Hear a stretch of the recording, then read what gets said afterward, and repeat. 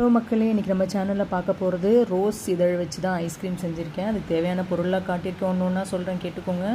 ஊற வச்ச முந்திரி, ஊற வச்ச பாதாம் தோல் உரித்தது எல்லாமே ஒரு 50 கிராம் எடுத்துக்கிறோம். இதில் ஒரு கப் தேங்காய் பால் ஊற்றி இதை நம்ம மிக்சியில் போட்டு நல்லா அரைச்சிக்கிறோம். அதை அரைச்சி எடுத்துகிட்டு அதில் நம்ம என்ன பண்ண போகிறோம்னு பார்த்தீங்கன்னா 2 கைப்பிடி நான் ரோஜா இதழ் வச்சுருக்கேன், அதையும் போட்டு அரைக்கிறோம். இந்த கலருக்கு நீங்கள் பீட்ரூட் போட்டிங்கன்னா இன்னும் நல்லா கலர் வரும். என்கிட்ட பீட்ரூட் இல்லாததுனால நான் குங்குமப்பூ பால் போட்டிருப்பேன். பாருங்கள், இப்போ அதில் ஊற்றுனதுனால கொஞ்சம் கலர் கம்மியாக இருக்கும்.